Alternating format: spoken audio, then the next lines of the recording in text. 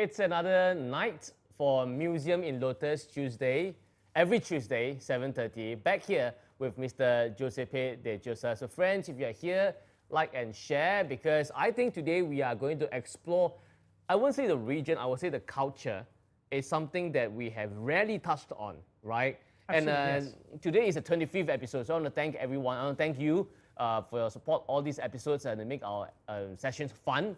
At the same time, very informative. I myself, I've learned a lot from all these episodes. I mean, I know Master art, but it is through this different, not for sale antiques that we mentioned several times, private collection of Master from this angle, and we get to understand more, probably we can say universal, ultimate truths that share between Master art and all these wonderful and precious antiques. More and more, we are using these antiques as part of the props that we are doing for the show, huh?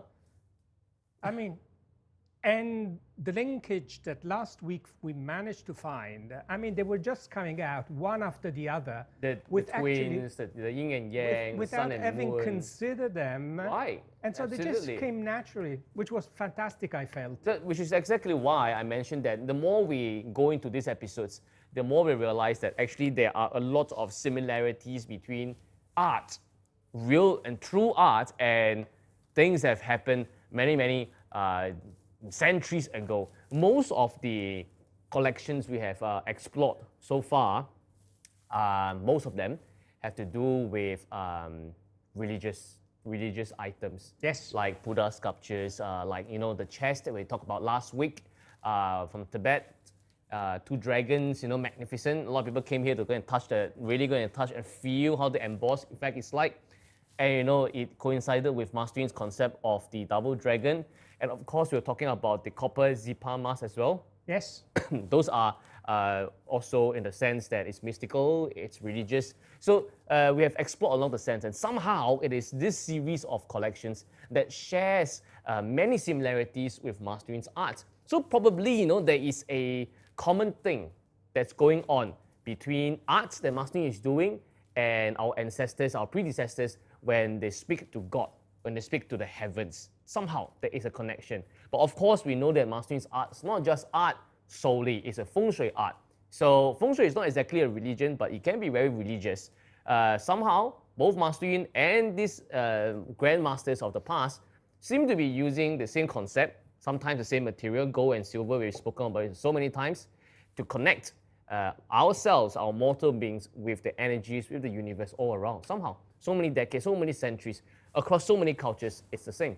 So I think we are very fortunate to be exploring all this. Yes. So friends, if you are here, do help us like and share. I see friends here like Laura, Tong Chi Hong, Geraldine. When I like and share, you can be like them. You can put L and S there, so I know that you're with us. All right. I see the screen that actually right in front of us. There's something that's stunning. We're going to touch about that later. It's definitely something that is not usual, not the usual collections that you see. Not the usual collection. Andy says hi. Good evening to Mr. Pino and everyone. Thank you. Eileen is here. Yip, Geraldine, as I mentioned. Joel, I see Laura Ng. Doreen Hung is with us. I hope you are feeling better, Doreen. I hope you can come to the gallery very soon because week by week, we talk about so many collections and they are being put to good use in the gallery. They are slowly replacing all the different furnitures here, which is nice. It's not just Museum in Lotus, eventually I realized. It is actually, have you watched that movie, A Night in the Museum? I forgot what was that. Is it? Yeah, when the museum comes to life at night. Yes. So it's pretty much this. We actually allow and somehow we use, when they're in good condition, these antiques, and they do come alive. You see, this table, this altar table we are using, we talked about it before. The pair of Qing Dynasty chairs we talked about before.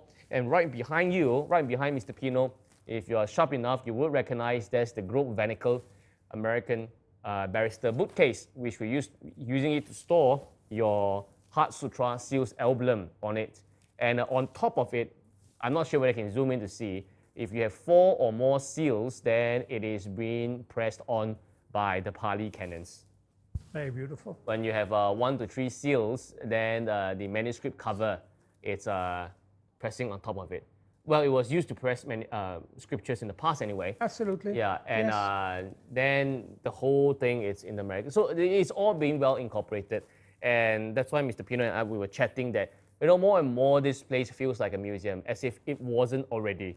And it is hard to come by a gallery that has such flair, such class, such culture, and at the same time, providing great collections and services that you can actually buy. That's the thing, yeah. I think it's getting better and better, huh? Absolutely, I really think so. 25th episode, by the way. So it's quite a milestone. And with this 25th episode today, we are going to talk about something different. Which should we start with? Okay, I would start with this angel, and this comes from India, but I just go a step back. Okay. Let's not forget that Sunday of last week, Christian celebrated Easter. Right, we are in the Easter period. We are in the Easter It period. was Good Friday, then Easter. Okay, the Good Friday was the time when Christ was crucifixed. Right. And then the day after, it was the time that He rose again. God basically entered the tomb. And then on the following day, Right. there was the resurrection of Jesus. So Right. these are the three important days. But tonight we're going to look at something specific, which has a Christian significance, but in a twisted way. When I say twisted way, you will appreciate what I'm trying to share with you. And let's look at this angel. The one right in front of This one us, the here. center one.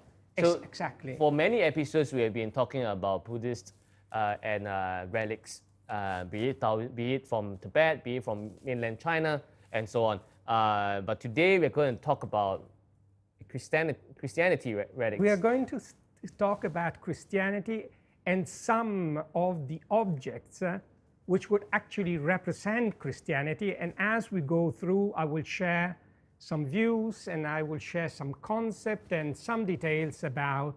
We actually have three angels here, but let's start to examine and let's start to date.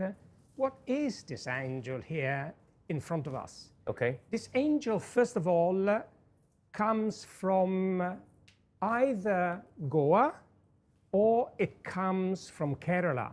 These are two southern west states in India. So this artifact is from India.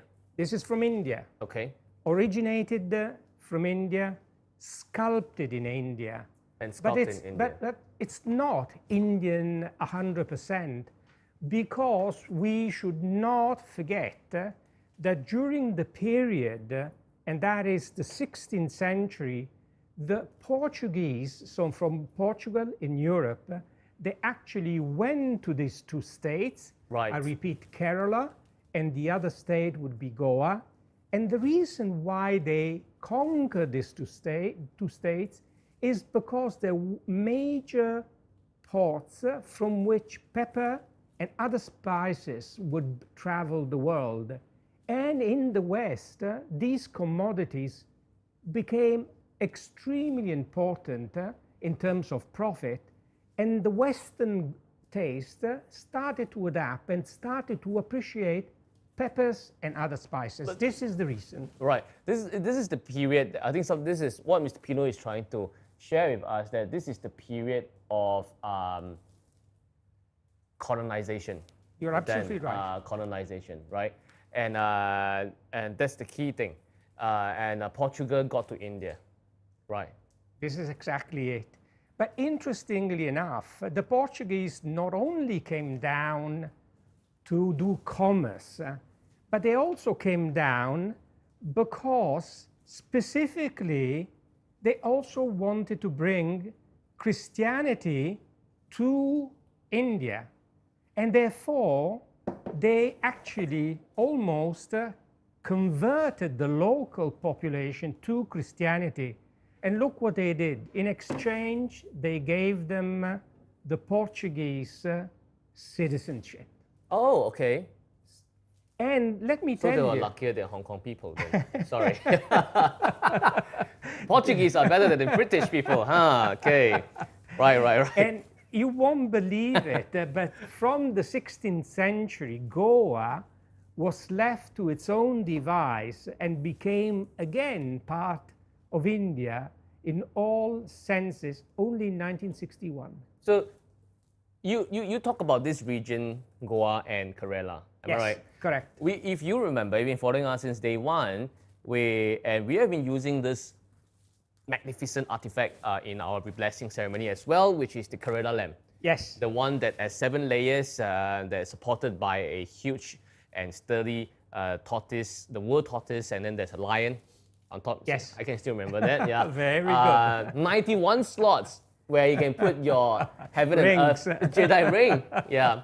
You know, when you put artifact to good use, then you remember what's going on. Of huh? course, So of course. you see, when in my conversation with you, I don't have to like memorize, because what you say, you spark off a lot of information of me, and I try to connect them together. So that lamp, which is still in the gallery, and you'll be seeing again in the June celebration and the December celebration, that is on Kerala as well. Yes. But that is 100% Indian or Hindu, right? Can I say it's India, but the Christian character is still there. Oh. Because in front of temples, Right. and it can either be Hindu temples, but all your Christian temples, they would have the same kind of lamps. Of course, the Christian ones will be defined usually by a cross on top. Right. But there would be basically no difference, or Okay. no significant difference. Let me put it this way. Right. But what we see here, I mean, you mentioned from the very beginning that this in front of us is an angel. It's an angel. So this is influenced by the Portuguese Catholic faith, 100%. which Mr. Pino would be a great, I mean, he is already an expert in this. That's why we have him here to share all these details. But even more expert because you yourself, you are Catholic. I am.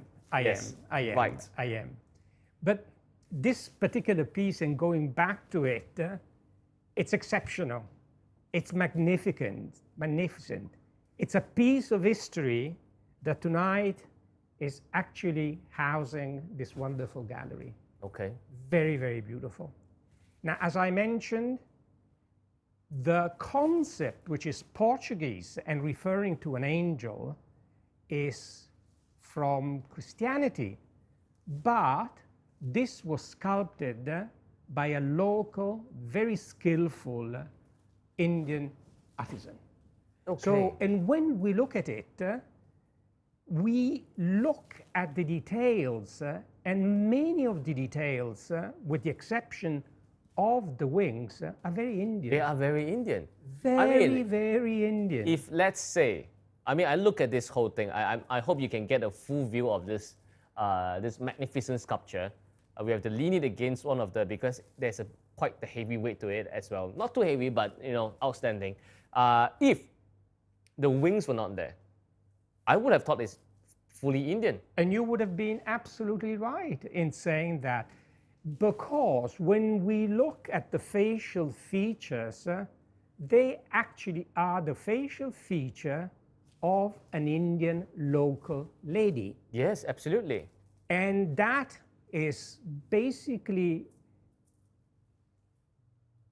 said by way, look at the expression of this facial. Look at the eyes, a little bit bulging, which the European normally would not have. Yes. Look at the linear nose. Right. Look at the beautiful lips. And Yes. actually the lips are together, but they're almost whispering, and they're whispering the good that the angel represents. And I will touch on this subject. Okay. Now let's look at the air. The air basically go back. If you can see from the back, and we can't, it's all very well sculpted.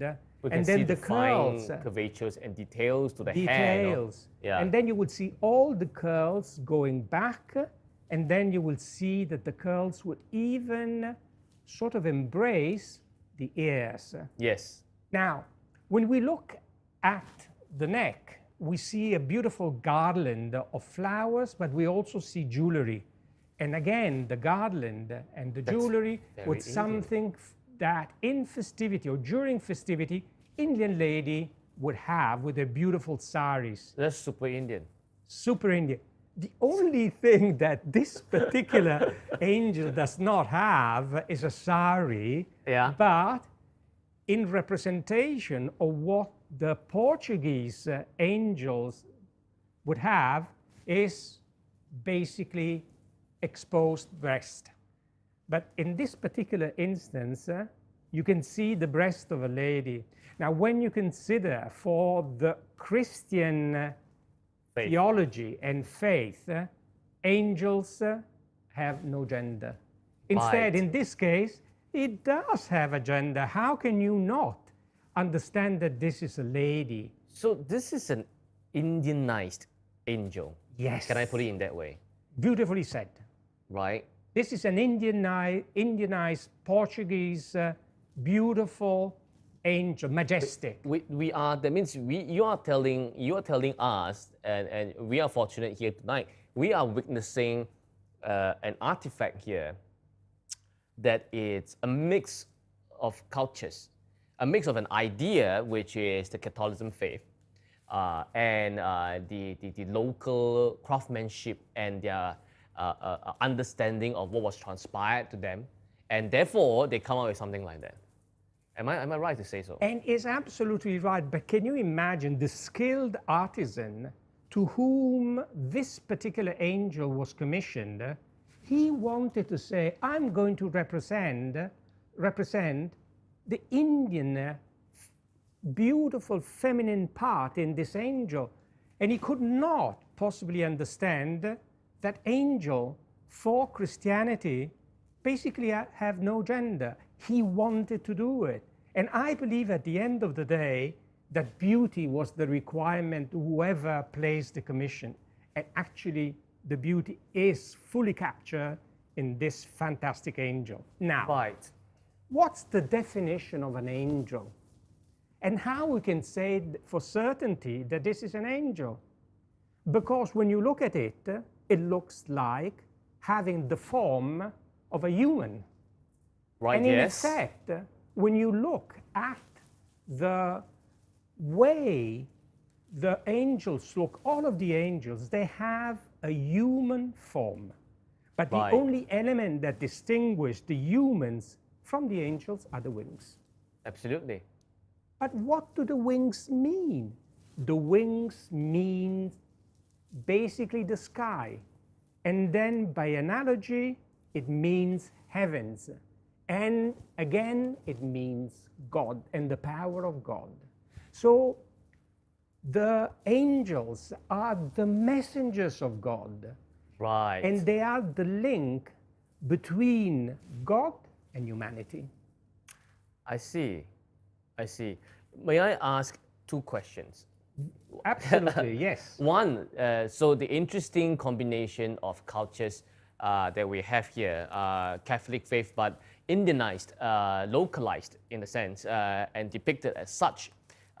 When was this? What's the age of this artifact? Okay, this is the end of the 18th century. So let's 1700 plus, yeah. Say 1780, 1790 to early 19th century, 1810, 1820s. This would be the period, I would say, this particular angel was sculpted. That means that this angel, my dear friends, that we're looking at here today, this angel, it's actually as old or just a little bit younger than America.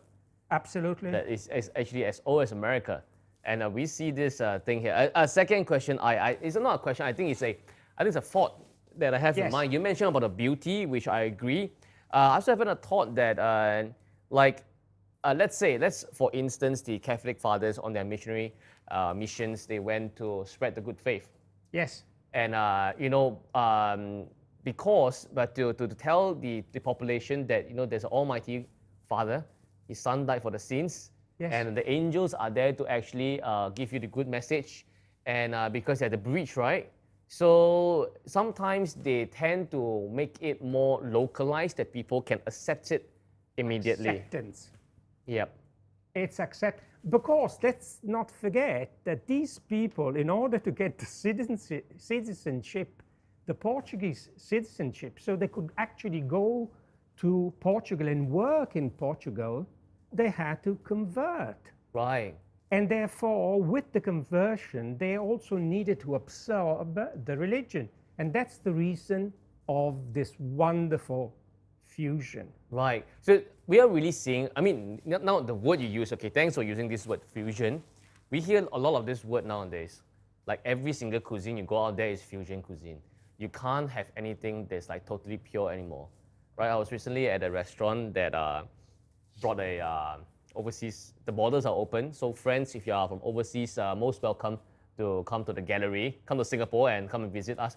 We start to have overseas clients to come over here.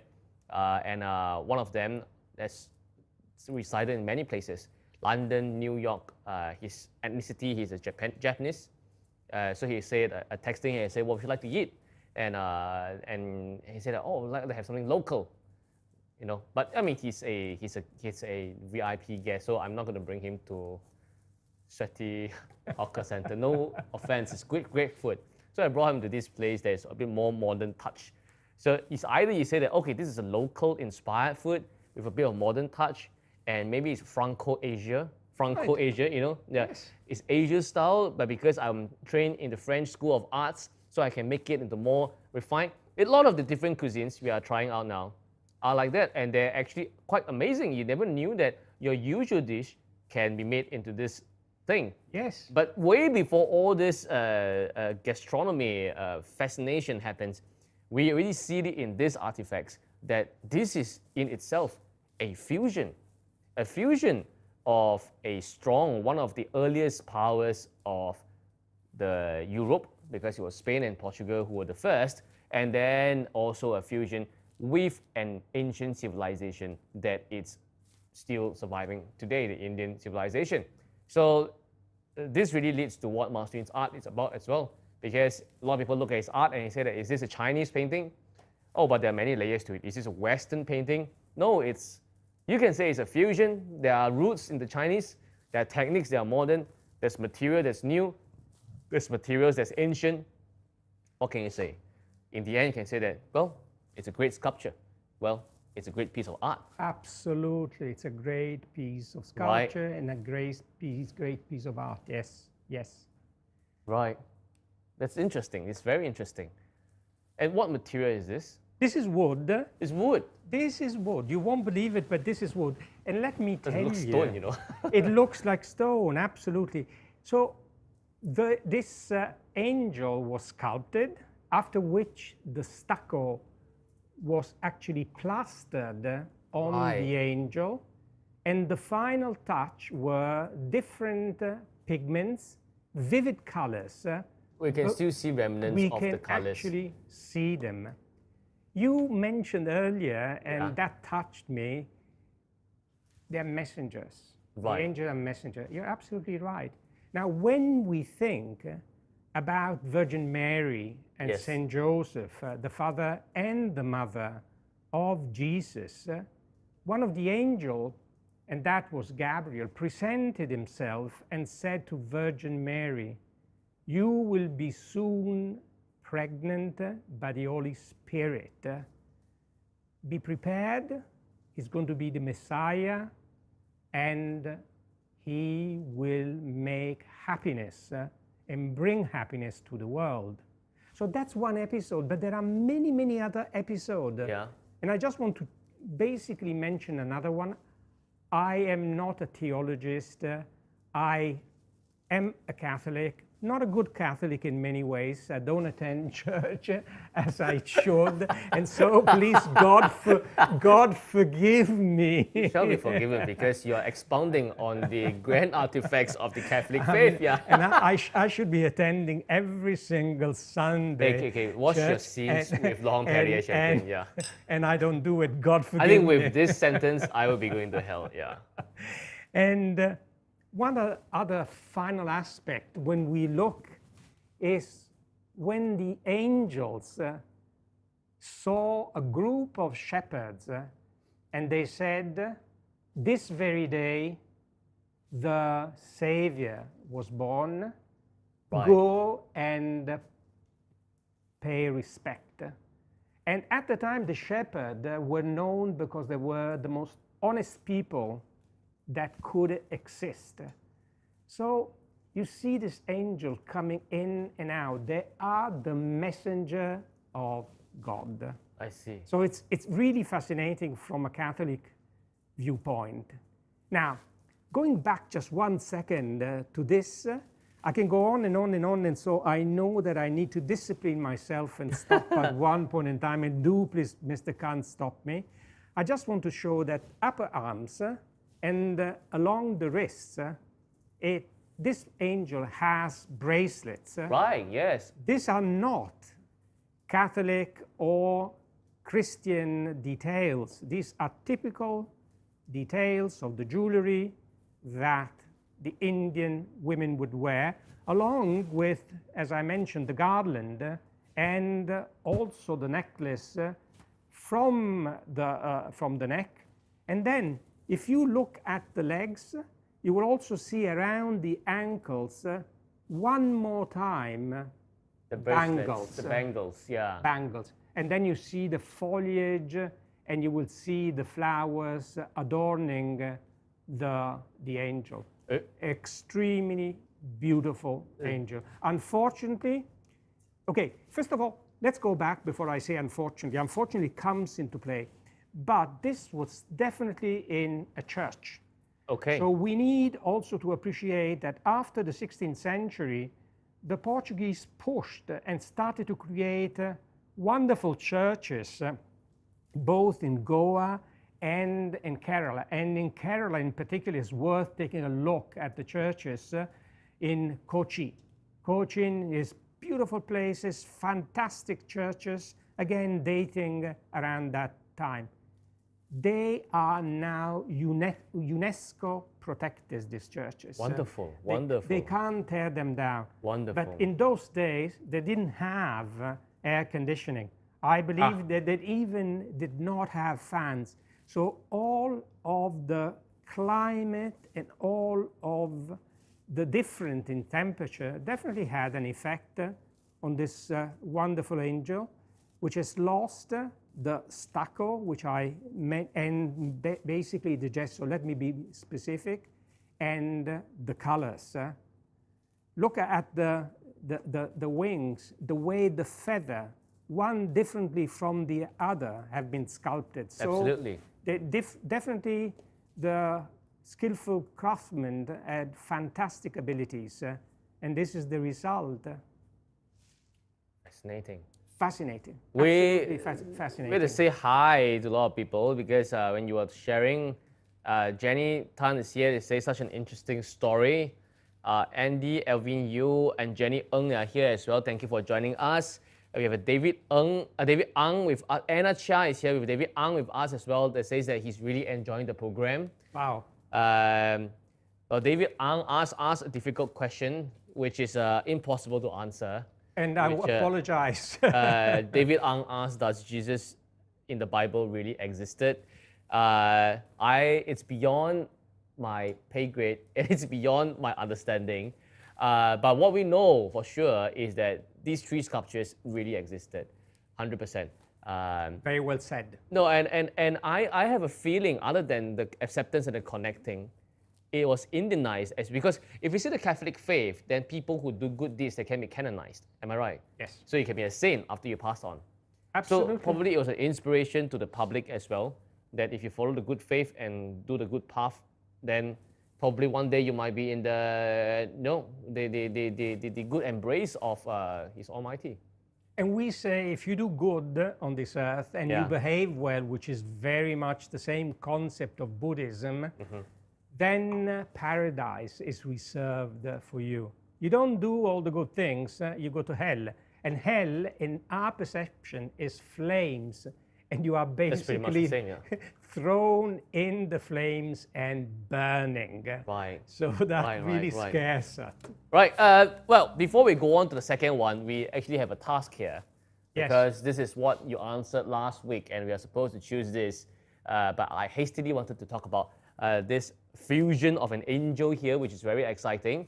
Hope you enjoy it as much as I do as well. So we have the people who actually answered the correct answers over here, and you are supposed to choose 3 of them. Yes. Because if you are chosen, you'll be getting a set of these Laurent-Perrier champagne glasses of 6 of them, not just the 2, but a total of 6 of them. French brand Laurent-Perrier, but made in Italy. Fusion. Yes, Steph. Fusion, Yes. yeah. So please choose 3. And at the end of the session, we'll be asking the question again. So do get your friends and get your whole family to answer to increase the chances of you winning. I think it's quite a significant episode since we're at the 25th episode. And we're talking about culture that we hardly touched on. We've touched on a lot of Asian antiques and relics, but this is something very different tonight. Who do we have at the first one? Chel Chua. I don't know if I pronounce it correctly. Well, it's Chel Chua. I'm not even better than you at all. Sorry. Chel, Chelchua. Chel Chua. Chua. I might be a new friend. I'm not too familiar who is this, but congratulations. We'll put you in the record. If you're seeing this, let us know so we will reserve a set of 6 Laurent-Perrier glasses for you. Congratulations, Chel Chua. Congratulations. All right. The second one we have would be, let's see. It doesn't want to open. Allow me. There we go. And Yvonne Tan. Congratulations. Yvonne, yeah, I was just here yesterday. Chel Chua, Yvonne Tan. We have the 2 winners of tonight. If you didn't get you, then it's okay. Don't worry, because you're gonna get to answer the question at the end of the session, and then you might get a chance to actually win it. David Ang, you should stay till the end, and then you answer the question, and hopefully you can see you in the gallery as well. How's that? Okay. Yeah. Ha Nui Lee. That's Lee Arnoy. Yeah, last name comes first. The Lee Arnoy. Congratulations. We have Lee Arnoy, we have Yvonne Tan, and we have Chel Chua, right? We'll be putting these names down. You'll be getting a set of 6 champagne glasses. Right. We're going to ask the question at the end of the session anyway. So stay tuned to the end. So what else do we have other than this? I see that there are 2 more. There are 2 more. Again, to me, the second important piece would be this particular piece. And why do I think that this is important? The center one that we have here. The center one. Much smaller, but much smaller. Earlier date, definitely earlier date. This would be the middle, in my opinion, of the 18th century, 1750, 1760, going towards the second part of the 18th century. Which means it's definitely older than the other one. Than USA. Yes. It's definitely older than USA then, yeah. Yes. All right. What is special here? First of all, if I were to bet, okay, whilst the other angel I said could either come from Kerala or from Goa, this for me is 100% from Goa. Goa. I have seen other angels from Goa, very similar period, much smaller. Would possibly be used again in a church, but the moment I look at the feature, they have a baby face. Right. Why a baby face, I ask myself. And very European, the face. It's definitely, I mean, if you compare, if you can see this one that's right here with us, and you compare, yes, okay, and you compare with the one we just saw that is more Indian, this is less Asian. Less Asian, European.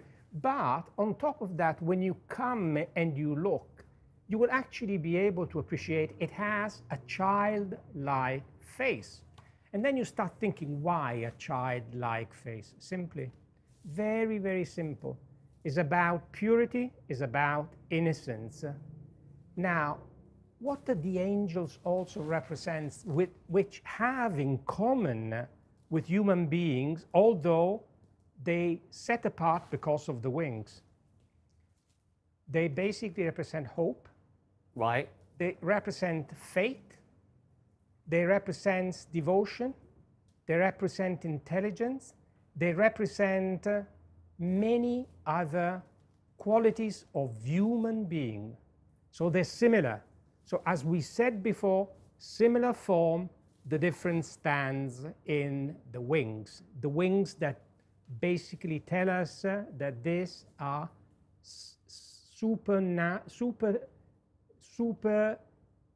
spiritual being. These are super spiritual being. Human beings are not super spiritual beings. Yeah, of course, yeah. I wish I were, but yeah, nonetheless, yeah.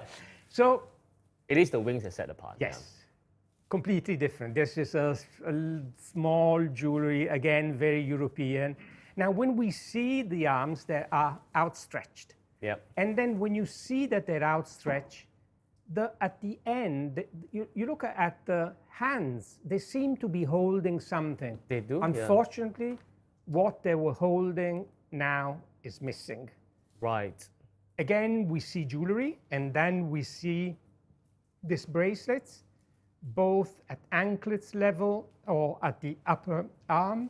In front, we see jewelry. Again, there are symbolism which are brought from the Indian typical characterization into this wonderful little beautiful gem, which again is quite an early one.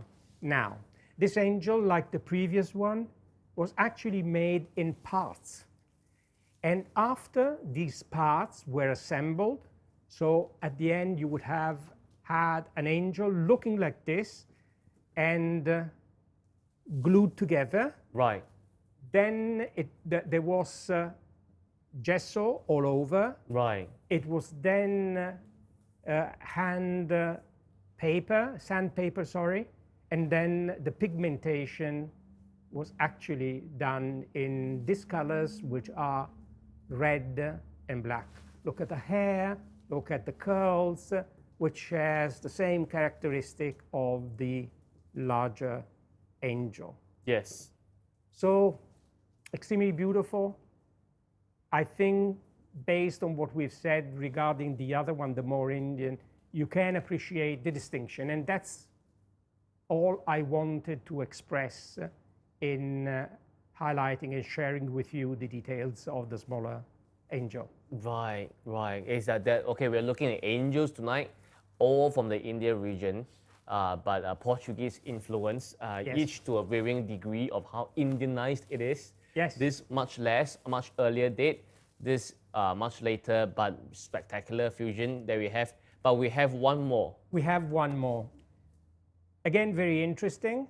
When I look at this particular piece, you will possibly also appreciate that this is an angel, but totally different from the other two. I see. Now, what is my take? And so you will excuse me if I'm not extremely precise and detailed about this other angel. Right. This other angel, if you see, it's holding in the hands a musical instrument. Yes. You can actually see the wings, but they're not spread out, the wings. So for me, this is an interpretation of an Indo-Portuguese angel carved by an Indian craftsman for an Indian temple or for an Indian house. It's not related to anything religious, in my opinion. I see. Because again, it's the spread wings that would set apart, as I mentioned, the Catholic angel from humans. It has a human face, definitely Indian human face, but what I believe can be the wings are inside, and as you can see, it has this musical instrument. Yes. And it's possible a sequence of similar sort of sculpture in the same place with with other instruments. I see. So there might have been the entire choir. I mean, it might have been the choir. It might have been the entire band. And as you can see, it has ladies featured again, the breast, typical Indian, but definitely it does not belong to an Indian Portuguese church. I am very, very sure. Right. Again, all the beautiful pigmentation, vivid colors. I mean, the Indians were attracted. The Indians, they always have many, many colors. When you go to India, and I have lived in India, it's all about colors. Oh, you have lived in India? I have lived in India. When was that? I lived in India in 2017. I was with the bank there. And then when you look at the sari of ladies, I mean, they have the most exceptional kind of colors and variation. I mean, colors that nowhere in the world people would put together. In India, they do it. And it's amazing. The pink with the hot reds or with the hot sort of green. It's incredible. Only the Indian can do this. And this, as you can see, has plenty of those wonderful colors. Which bring me to say, but look at Master Yoon color combination. Isn't that exceptional? Right. Isn't that unique? You see the oranges, you see the pinks, you see the black, you see the blues, all coming together. And they hold such a beautiful element and fantastic in the representation of this calligraphy. Adorable calligraphy. So what we're seeing today gives me an the concept of the inspiration is that we are looking at definitely two angels that belongs to the church. One that is inspired and adapted to an Indian house or a family.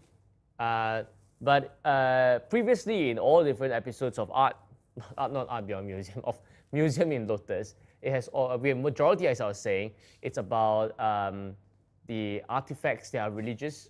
Like, you know, we talked about the many different sculptures and Buddha sculptures that we actually still have here. Was the mortals us, our way of speaking to the heavens or gods or Buddhas. This today we see is what the Catholic faith did when they were in India.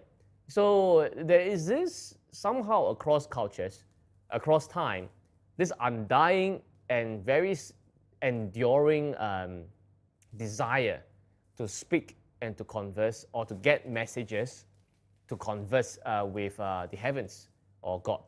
And I think other than what Mr. Pino has mentioned, that the colors tie in with Master Yuen's art, and we have mentioned in many episodes the material that they use, abundance in gold and all this, that Master Yuen's fengshui art, it's actually also a channel that we speak to the universe around us, the heavens around us.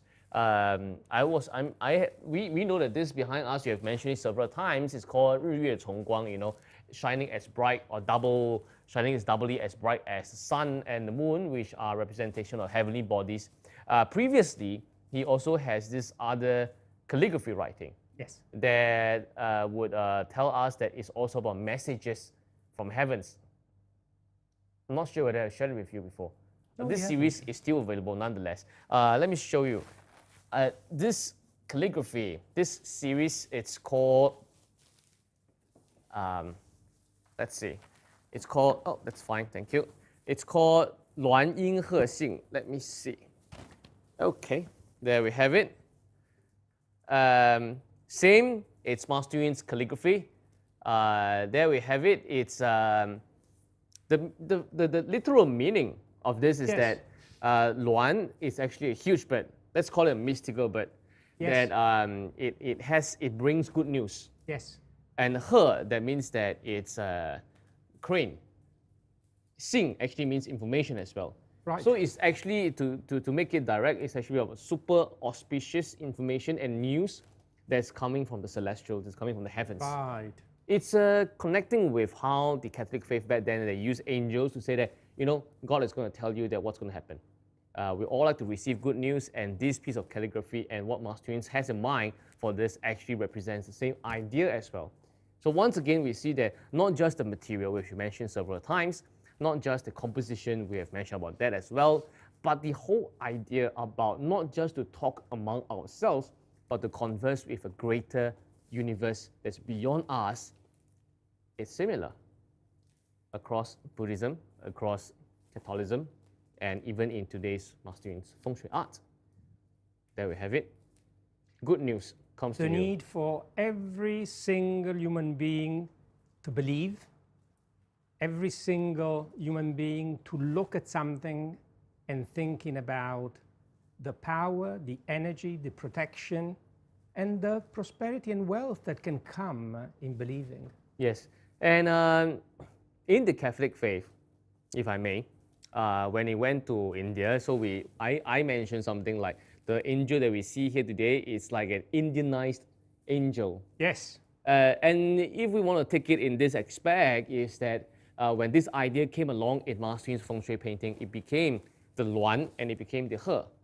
So it became a mystical bird. I can't even translate this. And the crane that is coming over here to give the owners of this painting auspicious and great news. That in itself, it's also like a feng shui-ized angel. So message. So when you have something like this at your home, actually you are just having the angel in your house, and hopefully you'll bring you great news every single day. Interesting. You made a very interesting point. When we talk about people, at times we say to these people, "You're an angel." It has ever happened? It has ever occurred to you that we say, "You're an angel"? But what does that really mean? It means the capability of a human being to provide aid, to provide support, to provide assistance for anybody who is in trouble. Right. And it doesn't mean that you are in financial trouble. You are bothered. You're not at ease. And that word, or those words which are pronounced, really give you the calmness. So that's the word that we use. You are an angel. How beautiful is that word? Right. I have friends who are leaving messages to say that we'll be keeping these angels in the gallery, so you can come by the weekend to take photo. Let me just put this aside first. It's a huge one. Okay, thank you. Right. Probably we will. We'll just have to find a place to place them for the time being. So come by the gallery. As like if you haven't gilt gold on the Chengsan period, huge standing Buddha, then you should come and gilt gold. And if you happen to have the chance to come here to take a photo with the sofa, the Louis Philippe 19th century sofa, then yeah, please go ahead. And of course, the angels as well. But also at the same time, come to the gallery and appreciate Master Yun's art together with these wonderful antiques. Am I right? Interestingly, I saw last week a beautiful jadeite. It's a jadeite. sort of water, and I was really, really fascinated. Oh, yeah. So when I came in today, and I have to say that the crew took an exceptional photo. I really, really fell in love with the piece because of the way it was represented. Very, very. I mean, I think that the crew took the soul of that piece. They did a fantastic job. So I asked, what happened to that piece? Because I would have asked to see it again, and you told me it's been sold. Within 2 days it was gone. Within 2 days it was a hot take. I mean, I think pieces like this that majority designed by Master Yun, it has a soul. As a soul, It has a soul, and it speaks to not only us, it speaks to the client, and it also spoke to the crew. So I didn't detect it, but I left it to them to actually find out how they want to take a photo of it, and that's how they represented it. I suppose it brought up the amazing features and feel of how that piece is, and it was gone within 48 hours. Ah, fantastic. Yeah. But not only fantastic, the piece, it's again the extraction of the beauty by a very, very good eye. So. Yes. We have to also give merits to who deserve that merit. Right. So I once again, I want to invite you to come to the gallery from Thursday onwards, right? To experience all this and what Mr. Pino has shared. Gilt the gold, try the sofa gently. Again, try the Qing Dynasty chairs as well gently, please. Yeah. And then take photos and tag us on Facebook, right? And share this good news with your friends, because then your friends will say that, oh, you are an angel, because you're sharing good news with me. Very well said. Right, yeah, right. So we do have to ask the question for today. What do you have in mind? Is this going to be a Easy question or it's going to be a hard question? I think you asked the question, and again, I suggest that it be an easy question. Right, okay. So we talked about that these sculptures that we see here, they're all from the India region, Yes, right? And they are influenced by the Portuguese faith, yes, which means the Catholic faith. And they are all supposed to represent something. yes. Not Buddha, not Guan Yin Ma, okay? Yeah. I mentioned this that, Mr. Pino was joking, oh, if you bring good news to someone, you are A, you are N. So what do these three sculptures, what do they represent? What are they trying to depict? I was saying they're Indianized something. What's this something that they're trying to represent? And this position or this, what they are actually the bringer of the message of God. For us, it's about bringing good news and good happening. So if you know what these three things are, what are they supposed to represent, please put it in the comments. It's a simple word. It only has 5 letters. And Mr. Pino has explained the one thing that separates us from them are their spreaded wings. So that's something, So it's different. Yeah, you really actually in Chinese culture, you hardly see any sculptures with wings. But it's only in the Christian and the Catholic faith. Then you can vividly see them. The sky. The sky, and they represent the sky. And heavens. Right, yeah. So what do these 3 pieces of Indianized Catholic faith representation, what do they represent? It's a bringer of good news. Hopefully that as like what I showed about Master painting, be it the 日月重光 or the 鸾音鹤信, they will be like what you're typing over here, giving you good news to your household day in, day out. Right? Very good. All right. Keep the answer coming. Just put it into the comments, and we will see you next week, 7:30. I don't remember what we're going to talk about next week, but I'm sure it's going to be pretty interesting because we're still figuring out what to present at the moment, right? Okay, remember all the things I told you. Come by the gallery, enjoy it. Okay, come to the gallery that is like most amazing and have all the class that is going on. Cheers. Cheers. And we should see you next week.